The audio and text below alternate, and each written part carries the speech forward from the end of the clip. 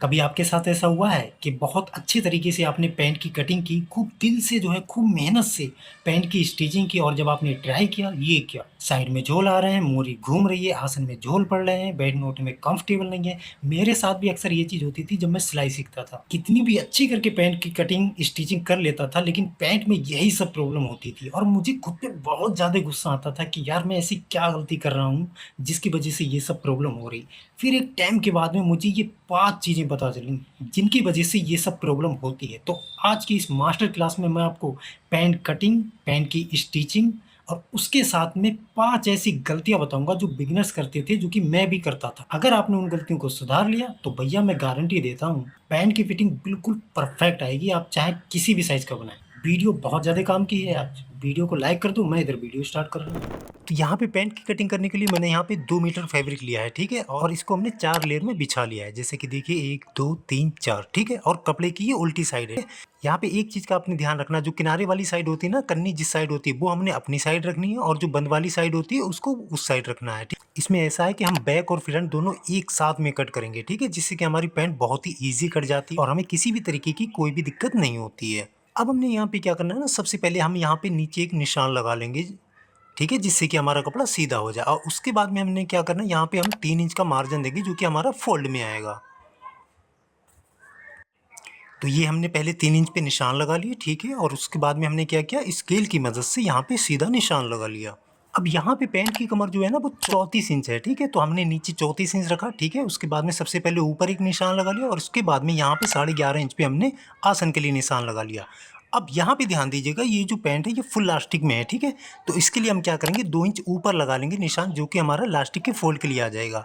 और उसके बाद में हम क्या करेंगे, ये जितने भी हमने निशान लगाए, स्केल की मदद से इनको सीधा कर लेंगे। ये स्टेप बहुत इंपॉर्टेंट है, बहुत ध्यान से देखना। सबसे पहले हमने क्या करना, जो हमारी कन्नी है ना, उसको हमने निकाल देना है, ठीक है? जैसे कि मैंने यहाँ पे ये हाफ इंच पे निशान लगा लिया, जिससे कि हमारी कन्नी निकल गई।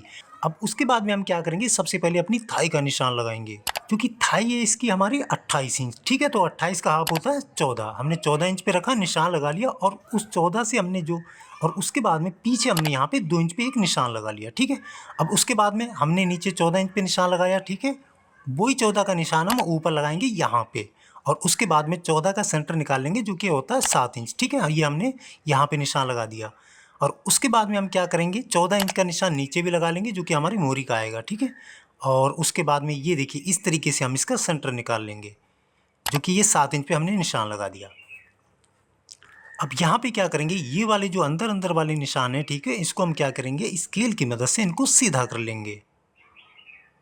बिगिनर्स यहाँ पे आके ये गलती कर देते हैं, आसन में जिसकी वजह से सबसे ज़्यादा झोल आता है, उसका क्या तरीका होता है, बहुत से लोग क्या करते हैं, खासकर बिगिनर्स जो सीख रहे हैं, वो यहाँ पे बहुत ज़्यादा गहरी गुलाई देते हैं इस तरीके से।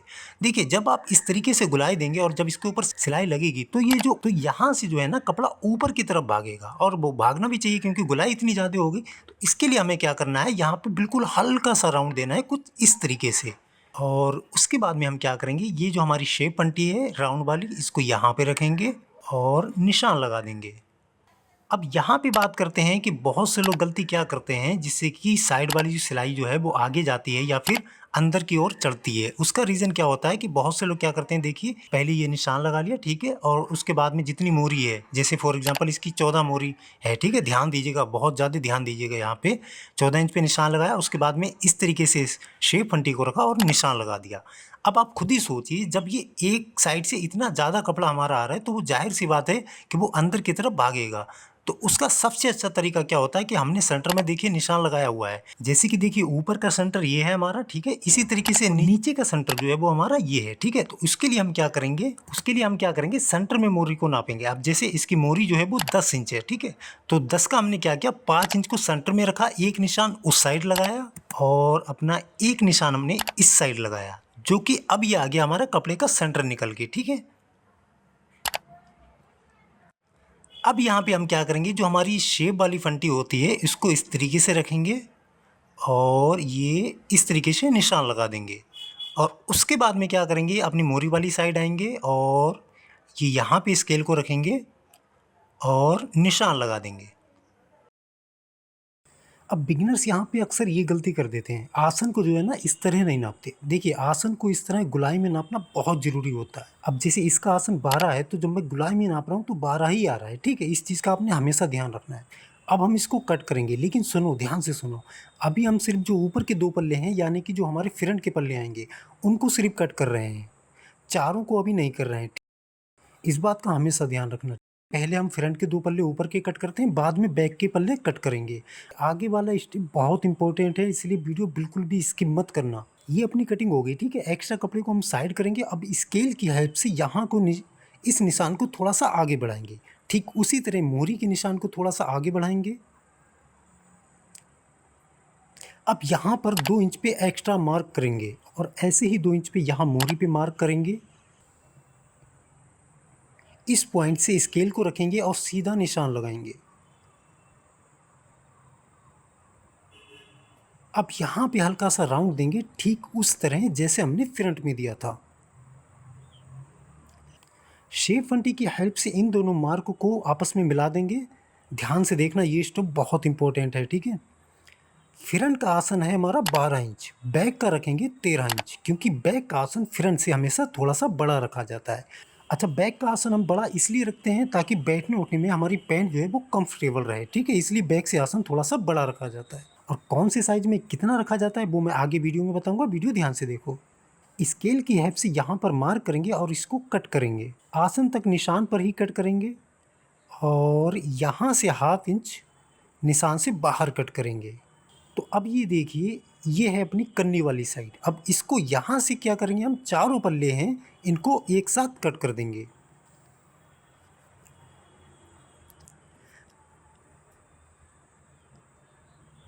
लास्टिक के फोल्ड जहाँ से हैं वहाँ पे छोटे छोटे से कट लगा देंगे, जिससे कि हम जब लास्टिक डालें तो हमको याद रहे कि हमने यहाँ से फोल्ड करना है, ठीक है। अब आसन में झोल किस वजह से आता है, बिगिनर्स गलती क्या करते हैं, वो क्या करते हैं, यहाँ से सिलाई लगाना शुरू कर देते हैं और ये एंड तक सिलाई पूरी निकाल देते हैं। लेकिन हमने ऐसा नहीं करना है, ठीक है। हमने सिंपली क्या करना है, देखिए ध्यान दीजिएगा। सबसे पहले सिलाई लगाना हमने यहाँ से चालू करना है, ये यहाँ तक आए और उसके बाद में जो हमारा एंड है उससे हमने 1 से 1.5 इंच पीछे ही हमने सिलाई को रोक देना है, ठीक है।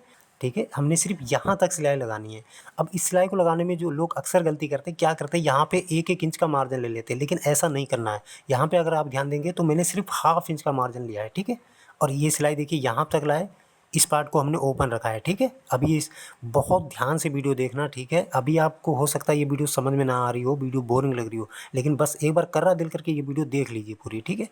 इसी तरीके से हम क्या करेंगे, जो हमारा बैक का आसन है पहले उसकी सिलाई लगाएंगे और इसमें भी हमने क्या करना है, पूरी सिलाई एंड तक नहीं निकालनी है, यहाँ पे 1 से 1.5 इंच पीछे ही सिलाई को रोक देना है, ठीक है। तो यहाँ पर मैंने पॉकेट की कटिंग कर ली है, ठीक है, जिसकी लंबाई 14 इंच है और ये चौड़ाई जो है यहाँ पे 7 इंच है और ऊपर की ओर जो है वो 5 इंच है, ठीक है। और ये कपड़ा डबल है। अब इसको हम यहाँ से कट करेंगे, क्योंकि हमें ये जो है वो सीधी साइड है ना, तो ये वाली साइड हमें ओपन रखना है, ठीक है। ध्यान से देखना वीडियो। अब यहाँ पे सबसे पहले हम एक सिलाई लगाएंगे कुछ इस तरीके से, बहुत ज़्यादा ध्यान देना, ये स्टेप इंपॉर्टेंट है, ठीक है। तो ये सिलाई अपनी लग गई, इसे ओपन करेंगे, अच्छे से सारा सेट करेंगे कुछ इस तरीके से और फिर यहाँ पर इस तरीके से सिलाई लगाएंगे, जिससे कि जो मार्जिन है हमारा वो अंडरग्राउंड हो जाएगा, ठीक है। बहुत से लोग क्या करते हैं, वो सिर्फ एक सिंगल सिलाई लगा देते हैं, जिससे कि वो मार्जिन कच्चा रहता है, फिर उसको हमने या तो ओवरलॉक करना होता है, नहीं तो वो बहुत से लोग ऐसे ही छोड़ देते हैं, जो कि गंदा लगता है। देखिए कितनी फिनिशिंग से अपनी पॉकेट बनी है। अब इसको हम पैंट में अटैच करेंगे। तो देखिए जो लोग सिलाई सीख रहे हैं ना, वो अक्सर कंफ्यूज हो जाते हैं कि पॉकेट ऊपर से कितने इंच पे लगाएं या पॉकेट का मुंह जो है वो कितना ओपन रखें, जिससे कि हमारा हाथ और फोन दोनों ईजिली चले जाए। यहाँ पर मैंने राइट साइड वाला फ्रंट पल्ला लिया है। देखिए इस निशान से पैंट की लंबाई है, ऊपर मार्जिन जो है वो लास्टिक के लिए है, ठीक है। ये बिकॉज ये फुल लास्टिक वाली पैंट है। इस निशान से क्या करेंगे, 2 इंच नीचे पे एक निशान लगाएंगे, फिर इस निशान से 5.5 इंच पे निशान लगाएंगे, जो कि हम पॉकेट को मतलब ओपन पॉकेट का मुंह रखेंगे, ठीक है। जिससे कि 5.5 इंच पे ऐसा है कि आपका हाथ और फोन दोनों आराम से चला जाता है। देखिए कुछ इस तरीके से जो है ना वो पॉकेट का मुंह बनेगा, ठीक है। ये स्टेप सबसे इंपॉर्टेंट है, बिल्कुल भी स्किप मत करना। देखिए सबसे पहले क्या करेंगे, हम पॉकेट को इस साइड से पकड़ेंगे, ठीक है। और उसके अलावा यहाँ पे ध्यान दीजिएगा, जो पैंट है हमारी वो उल्टी साइड से रखी है, ठीक है। इस तरह से दोनों को आपस में मिलाएंगे यहाँ से, ठीक है। अब यहाँ से सिलाई लगाना शुरू करेंगे, ठीक जैसे हमने चाक का निशान लगाया हुआ है, ठीक उसी पर हमने बस सिलाई लगानी है, ये इस तरीके से। ये देखिए सिलाई अपनी लग गई। अब ध्यान देना, एक कट यहाँ लगाएंगे, एक कट यहाँ लगाएंगे। बस इस चीज़ का ध्यान रखना है कि जो हमने सिलाई लगाई है वो हमारी सिलाई कटे ना, ठीक है। सिलाई से एक सूत पीछे ही कट लगाएंगे। पैंट को सीधा करेंगे, यहाँ पर नाखून से थोड़ा सा अच्छे से सेट करेंगे जिससे कि हमारा कपड़ा थोड़ा बैठ जाए। और इस साइड से ये वाला कोना पकड़ेंगे और इस साइड से ये वाला कोना, जो कि कुछ इस तरीके से आएगा। अब यहाँ पर हम क्या करेंगे, हाफ वुड की एक सिलाई लगाएंगे। अभी आप ध्यान देंगे तो जो पॉकेट का नीचे वाला पल्ला है वो अभी हमने अटैच नहीं किया है, ठीक है। अभी सिर्फ हम ऊपर वाला लिए हुए हैं। वीडियो को ध्यान से देखना बस।